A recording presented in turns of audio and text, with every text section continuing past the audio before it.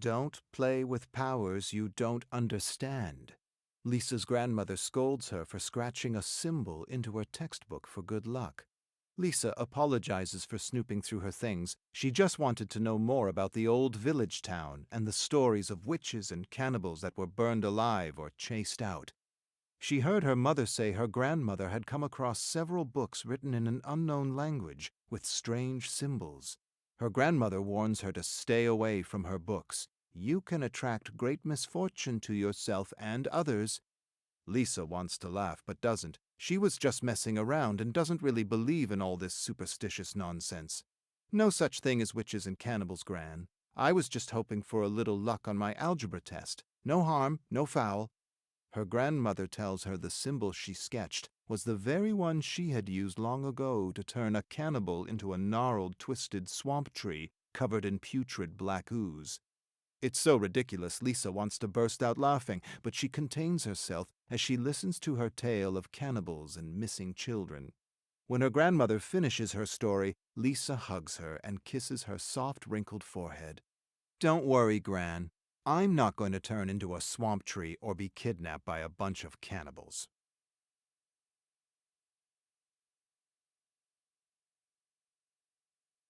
Lisa doesn't know if it's the symbols on her book or some kind of placebo effect, but her math scores are improving. Not as much as they should be, but still. She's passing, and passing is an improvement. Her friend Pam says it's all malarkey. There's no such thing as lucky symbols that can raise your grade. It's all smoke and mirrors, unfounded ancient superstition. Jokingly, Pam says she wants better marks too. She grabs Lisa's textbook and copies the symbol in her school agenda several times. Lisa feels a tug in her gut, and she stares at the symbols with concern. You really shouldn't do that. She yanks her textbook back from Pam. You shouldn't mess with powers you don't understand. Pam laughs. What's the problem, Lisa? If these things can help you pass math, they can help me pass English too. No big deal.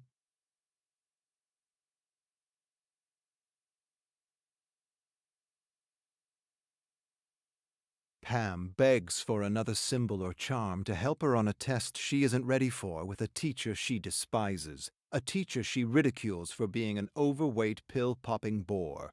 Lisa refuses to entertain the idea and tells her she's not allowed to look at her grandmother's secret book, let alone share its contents with strangers. Pam shrugs and proceeds to scratch a symbol on her arm with a toothpick. She asks if Lisa heard what happened to the woman near the school. Lisa shakes her head. Pam laughs as she draws blood with a toothpick. Dumbass walked into the street while reading and splat. Crushed by a truck. Come! She flicks the toothpick to the ground, grabs Lisa's wrist, and leads her to a road a few blocks from the school. Lisa covers her nose and can smell the fermenting human fluids in the cracks of the pavement. Pam points out bloodstains and clumps of hair in the road and makes jokes at the dead girl's expense. Lisa grabs her wrist angrily. You mustn't laugh at the dead. Pam yanks her wrist away. Stop being creepy, Lisa. It's not like she's still around to get offended. Besides, your symbols got me covered with all kinds of luck. Lisa stares at Pam's arm with concern and hopes the dead girl's spirit didn't take offense. Her grandmother says sometimes spirits linger, especially when they don't want to be dead. Last thing she needs is some dark force following her for the rest of her life.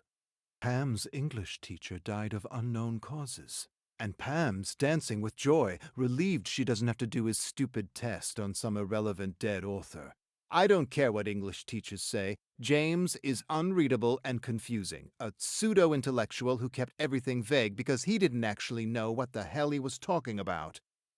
Lisa shrugs, disagrees, but doesn't want to get into it with her friend, her annoying friend.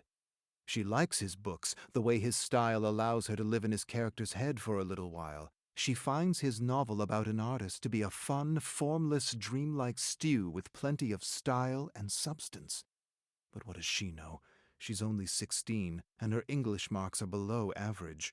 Pam hoots and hollers, and with a mischievous smile, she reveals a hand covered with ink-smudged symbols. Best luck in the world. No test, no lardass. No dead authors for the rest of the year. Thanks, Lisa.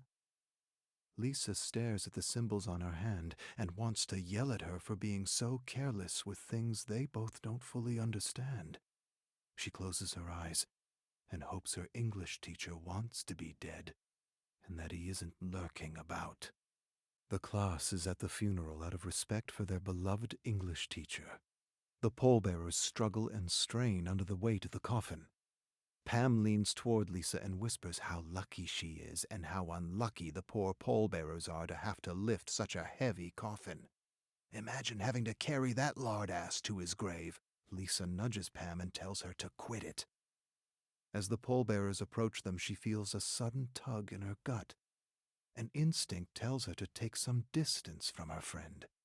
An image of lightning striking Pam flashes through her mind. She wonders if an angry spirit could make that happen. Every muscle, organ, vessel, fried in an instant for her hubris. Pam snaps Lisa out of her thoughts with another tactless comment. Lisa hears her grandmother's voice in her head, telling her that her friend has tempted fate by laughing at someone else's misfortune, for having laughed at the dead. She doesn't really believe in all her grandmother's superstitions, and yet she inches away from her friend, staring at the darkening clouds, waiting for lightning to strike Pam down.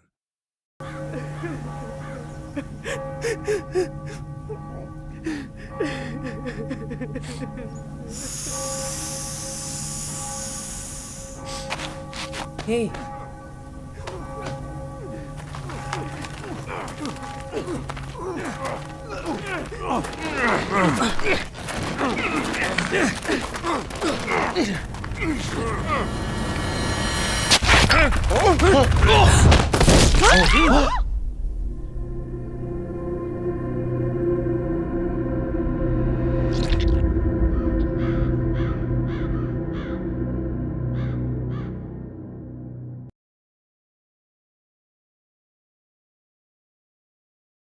Lisa Sherwood grew up in a quiet village, mainly isolated from the rest of civilization. The people of the hamlet were kind, and the elders kept old traditions alive, often keeping the peace by personally settling the ever-rare disputes. Lisa was particularly fond of the charms they taught her to draw for safety and good fortune. One night, as she was walking home through the woods, a terrible storm struck without warning. Howling winds whipped at her hair as she stumbled through the swamp, her rain-drenched dress plastered to her skin. In the slick, wet mud, she lost her footing, careening backwards and striking her head against rock. Slipping in and out of consciousness, she strained to identify the dark shapes approaching her from between the trees. That's the last thing she could remember. Her kidnappers kept her chained to the wall in a flooded cellar. Though dimly lit, she could see others whose large open wounds swarmed with flies. It took merely a day before they returned, carving chunks from the prisoners' bodies with rusted blades, consuming their very flesh down to the bone.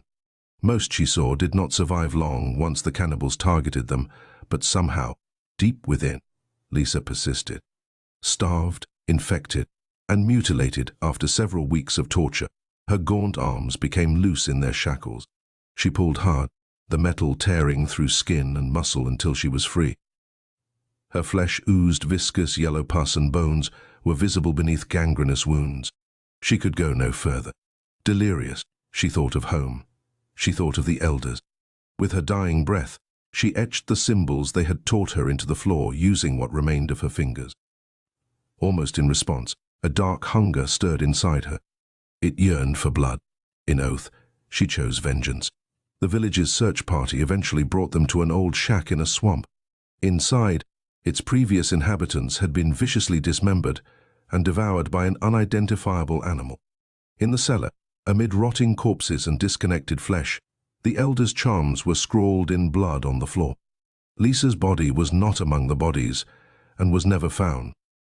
The village was never the same again.